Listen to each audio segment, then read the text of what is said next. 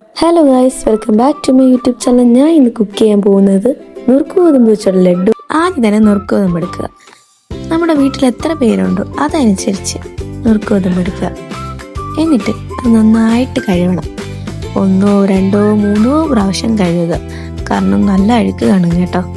പിന്നെ അത് തോരാൻ വെക്കണം, കാരണം വെള്ളത്തിൻ്റെ അംശമൊന്നും ഒരുപാട് വേണ്ട. അരിപ്പ ഉണ്ടെങ്കിൽ അതിൽ വെച്ചാലും മതി. എന്നിട്ടത് അടിച്ചെടുക്കണം. ഒരുപാട് പൊടിയാക്കണ്ട, ഒരു ചെറുതായിട്ടൊന്ന് അടിച്ചെടുത്താൽ മതി കേട്ടോ. നന്നായിട്ട് അടിച്ചതിന് ശേഷം അതൊരു പ്ലേറ്റിലോട്ട് മാറ്റണം. ചെറിയ നനവൊക്കെ കുഴപ്പമില്ല കേട്ടോ, ഒരുപാട് നനവായ പിന്നെ അത് കൊള്ളത്തില്ല. പിന്നെ നമുക്ക് ആവശ്യം 1 ടിപ്പ നെയ്യാണ്. അതിനുശേഷം ചീനച്ചട്ടി നന്നായിട്ട് ചൂടാക്കാൻ വെക്കുക. അതിലോട്ട് നെയ്യ് ഒഴിച്ചു കൊടുക്കണം. എന്നിട്ട് നമ്മൾ പൊടിച്ച് വെച്ച് മാറ്റിയ നുറുക്ക് ഗോതമ്പ് അതിലോട്ട് ഇട്ട് കൊടുക്കണം. എല്ലാം ഒരുമിച്ചാണ് ഇട്ട് കൊടുക്കണം കേട്ടോ.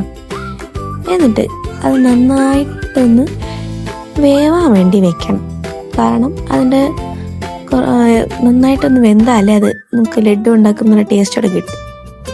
ഒരു കളർ ചേഞ്ചൊക്കെ വരുന്നത് വരെ നന്നായിട്ടൊന്ന് വഴട്ടി കൊടുക്കണം. ഈ കളറൊക്കെ ആവും കേട്ടോ. അപ്പോഴത്തേക്ക് അത് മാറ്റിയിട്ട് വേറൊരു ചീനച്ചട്ടിയിൽ കുറച്ച് വെള്ളം എടുത്ത് വെക്കണം.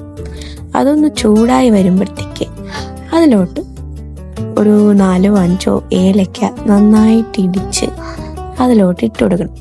ഏലക്ക പൊടിയായാലും കുഴപ്പമൊന്നുമില്ല.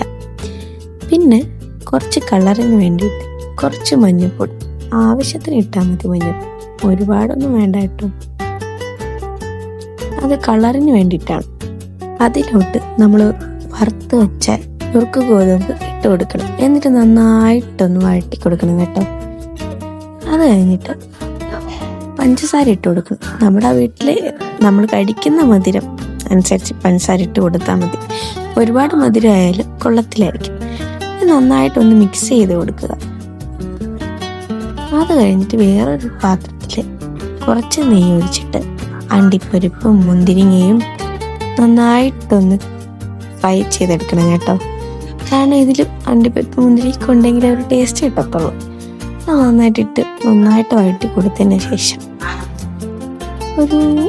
ഒരു ബ്രൗണിഷ് കളർ ആകുമ്പോഴത്തേക്ക് അതിനെ എടുത്ത് മാറ്റണം. നമ്മുടെ നുറുക്ക് ഗോതമ്പിൻ്റെ പാത്രത്തിലോട്ട് ഇട്ട് കൊടുക്കണം. അത് കഴിഞ്ഞിട്ട് അതെല്ലാം കൂടെ ഒന്ന് മിക്സ് ആക്കി കൊടുക്കണം, അതെല്ലാത്തിലൊന്ന് പിരിക്കാൻ വേണ്ടിയിട്ട്. അത് കഴിഞ്ഞ് നമ്മളിപ്പം അണ്ടിപ്പരിപ്പൊക്കെ വഴറ്റിയെടുത്തതിൽ തന്നെ കുറച്ച് തേങ്ങ ഇട്ട് വഴറ്റിയിട്ട് അതും കൂടെ ഇട്ട് കൊടുക്കണം. തേങ്ങ കുറച്ച് രുചിക്കാണ് കേട്ടോ. നന്നായിട്ടൊന്ന് കുഴച്ചെടുക്കുക. അങ്ങനെ നമ്മുടെ ലഡു ഉണ്ടാക്കേണ്ട സാധനങ്ങളെല്ലാം റെഡിയായി. ഇനി നമുക്ക് ലഡു ഉണ്ടാക്കാം. അതിനൊരു പാത്രത്തിലോട്ട് ഈ ഉണ്ടാക്കി വെച്ചതിനെല്ലാം മാറ്റി അതിനുശേഷം റൗണ്ടായിട്ടൊന്ന് ലഡു ഉണ്ടാക്കാം. നല്ല റൗണ്ടൊന്നും ആയിട്ടില്ല, ലഡു ഷേപ്പൊന്നും കിട്ടിയിട്ടില്ല, എന്നാലും നമുക്കൊരു എന്നിട്ട് പ്ലേറ്റിലോട്ട് മാറ്റാം. ഒരു ഭംഗിക്കൊക്കെ ഇരിക്കട്ടെ അല്ലേ. അങ്ങനെ ലഡു ഒക്കെ ഉരുട്ടി പാത്രത്തിലാക്കി. ഇത്രയും ലഡു ആണ് ഞാൻ ഇന്ന് ഉണ്ടാക്കിയത്. എല്ലാവർക്കും ഇഷ്ടപ്പെട്ടു, പക്ഷെ ചെറുതായിട്ടൊന്ന് വെള്ളം കുടിപ്പോയി. അപ്പോൾ ഇന്നത്തേക്ക് ഇത്രയേ ഉള്ളൂ. Bye bye. ഇഷ്ടപ്പെട്ടവർ ലൈക്ക്, ഷെയർ, സബ്സ്ക്രൈബ് ചെയ്യുക. ടാറ്റാ.